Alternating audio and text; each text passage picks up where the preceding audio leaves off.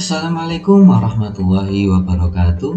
Selamat berjumpa kembali dengan Pak Eko di channel Pras 83. Kali ini kita akan membahas tentang materi Bahasa Indonesia tema 1 subtema 2 tentang pertumbuhan dan perkembangan manusia.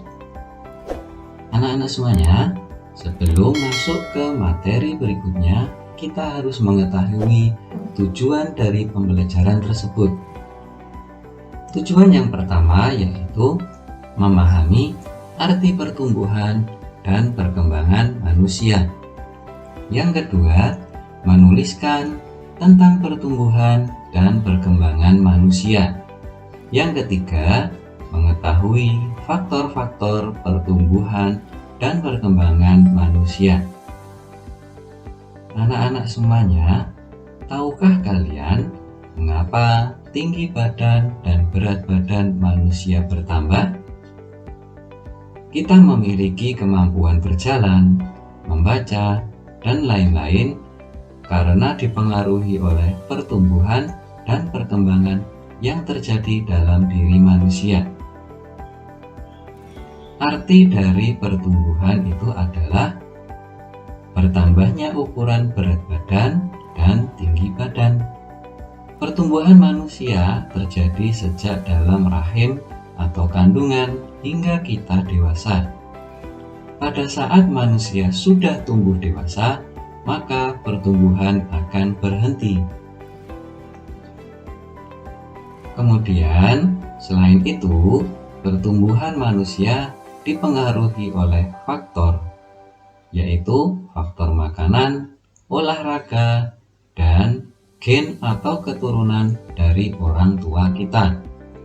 Untuk menjadi tumbuh yang sehat, maka diperlukan pula makanan yang sehat dan bergizi.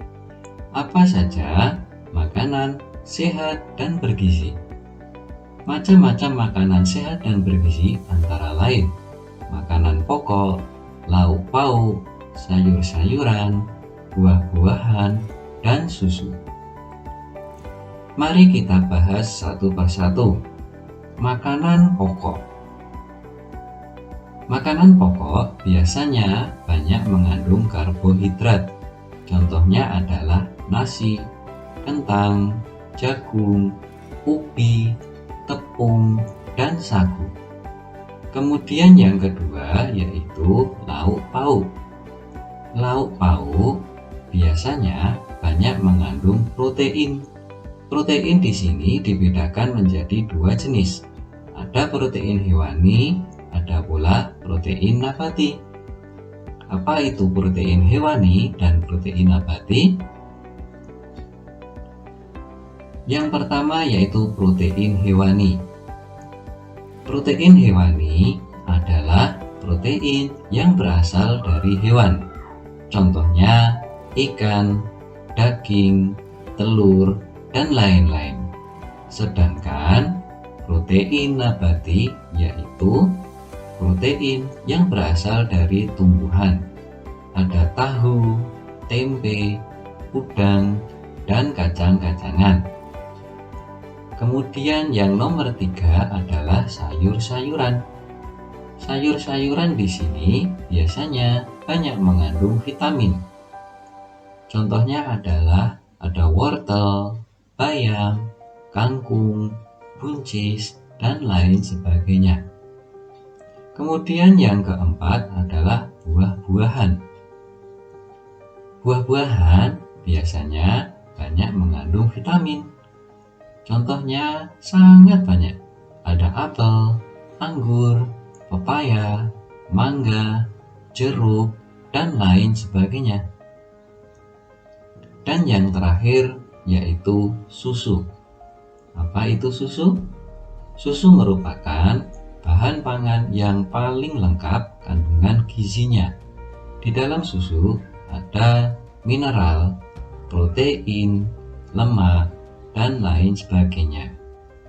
Selain makanan yang bergizi, ada pula makanan berlemak.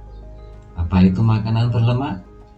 Makanan berlemak adalah makanan yang mempunyai kandungan lemak yang terdapat pada ikan, daging, susu, keju, minyak kelapa, kacang, telur, alpukat, coklat, dan yogurt. Anak-anak semuanya, yang kedua selain pertumbuhan yaitu perkembangan. Apa itu arti perkembangan? Perkembangan adalah perubahan fisik, emosi, pikiran manusia menuju kedewasaan. Pada saat manusia sudah dewasa, maka pertumbuhan akan berhenti. Tetapi pada perkembangan emosi dan pikiran manusia akan terus berkembang. Contoh perkembangan pada manusia. Di sini ada 3 gambar yang bisa dijelaskan satu persatu. Pada saat masih bayi, kita digendong oleh orang tua. Kemudian, dengan berjalannya waktu, kita bisa merangkak, kemudian berjalan, dan seterusnya. Contoh perkembangan yang kedua adalah saat masih bayi, kita masih menggunakan dot susu. Tetapi ketika kita sudah dewasa, kita bisa makan sendiri tanpa dibantu oleh orang tua atau orang lain. Anak-anak semuanya, selain itu kita harus tahu fase pertumbuhan dan perkembangan manusia. Apa saja fasenya? Yang pertama yaitu bayi. Bayi di sini berumur antara 0 sampai 2 tahun. Kemudian yang fase kedua adalah balita. Umur balita antara umur 2 hingga 5 tahun. Kemudian yang ketiga adalah anak-anak. Umur anak-anak yaitu antara 6 sampai 10 tahun. Kemudian yang keempat yaitu remaja. Umur remaja yaitu antara 11 hingga 20 tahun. Dan yang kelima adalah dewasa, yaitu umur 20 hingga 40 tahun. Dan yang terakhir adalah orang tua atau lansia. Umurnya lebih dari 50 tahun. Anak-anak semuanya, dari penjelasan materi di depan tadi, maka kita bisa menyimpulkan. Apa saja kesimpulannya?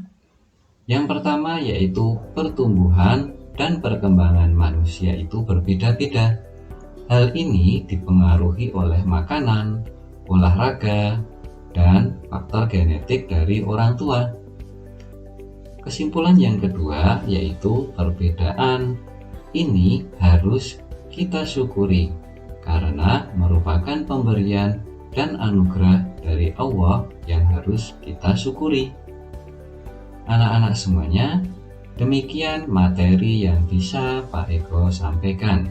Jangan lupa klik like, subscribe, dan komen. Tetap semangat, tetap belajar, dan jaga kesehatan selalu. Assalamualaikum warahmatullahi wabarakatuh.